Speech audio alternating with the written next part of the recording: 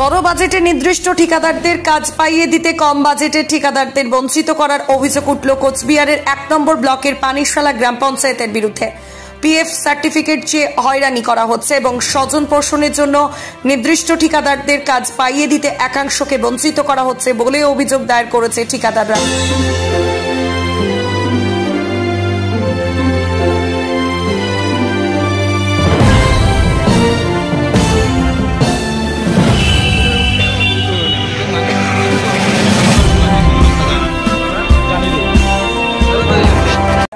এ বিষয়ে বিক্ষোভকারীরা কি বলছেন শোনাবো। আগে কি হয়েছে সেটা তো আমি বলতে পারবো না, আমি এখানে রিসেন্ট জয়েন করেছি। এখন বডিতে যেটা সিদ্ধান্ত নিয়েছে ওরা, বডি কমিটি টেন্ডার কমিটি আমাদের যারা আছে তারা যে সিদ্ধান্ত নিয়েছে যে এই রিকোয়ারমেন্ট আছে নোটিশ করা হবে। আপনারা নিয়মের বাইরে না, নিয়মের মধ্যে থাকে, নিয়মের মধ্যে। এখন ওরা আপত্তি জানিয়েছে, আমি সেটা কনসিডারের জন্য আমি আমার বডিকে এখন জানাবো। দাদা আপনি আসার পর আপনার নাম কি দায়িত্বের? অভিযোগ বলতে কি আমরা সবাই পানিশালা অঞ্চলেরই ঠিকাদার বা এই অঞ্চলে আমরা কাজকর্ম করি। আমাদের অভিযোগ বলতে আজকে টেন্ডারে যে ডকুমেন্টগুলো চাওয়া হয়েছে সে ডকুমেন্টগুলো হয়তো আমাদের কাছে নেই বা আমাদের সেটা বানানো নেই।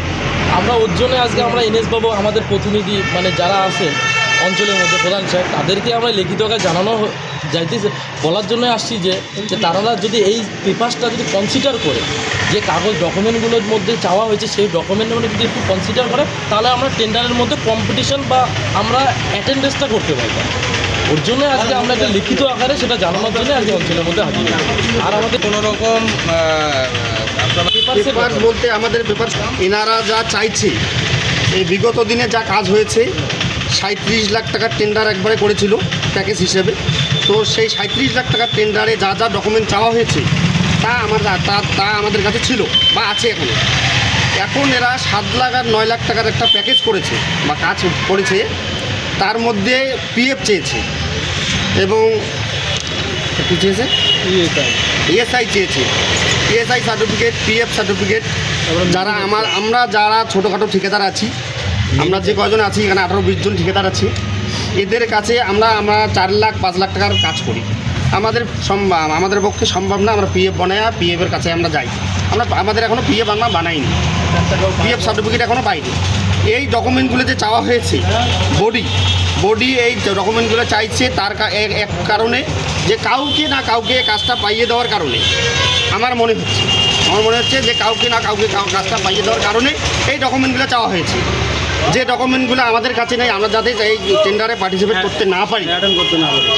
করতে না পারি তার জন্য এই ডকুমেন্টগুলো চাওয়া হয়েছে।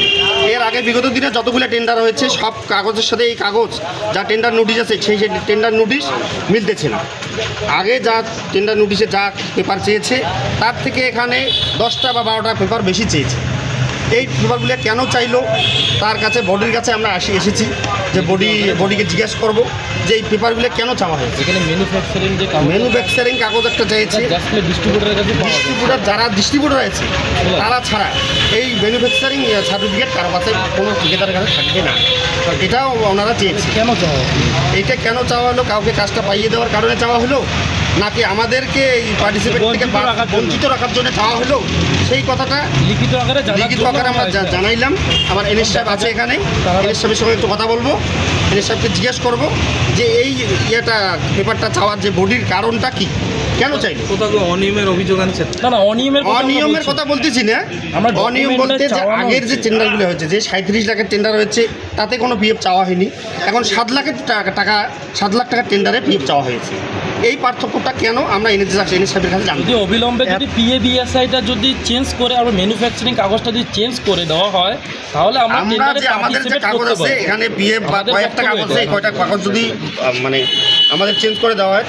ব্যুরো রিপোর্ট ২৪ ঘন্টা লাইভ। স্মার্ট ওয়ার্ল্ড জোনপুর ও কাঁচরাপাড়ায় সাফল্যের পর কালনায় আমরা হেয়ার বিউটি স্পা এবং grooming specialist. Smart world professional family salon, 2 number Siddheshwari lane Kanchrapara, Shimultala Jonpur Kanchrapara এবং আমাদের নবীনতম সংযোজন কালনা শিমুলতলা অম্বিকা অ্যাপার্টমেন্টের স্টেশন রোডের নিকট।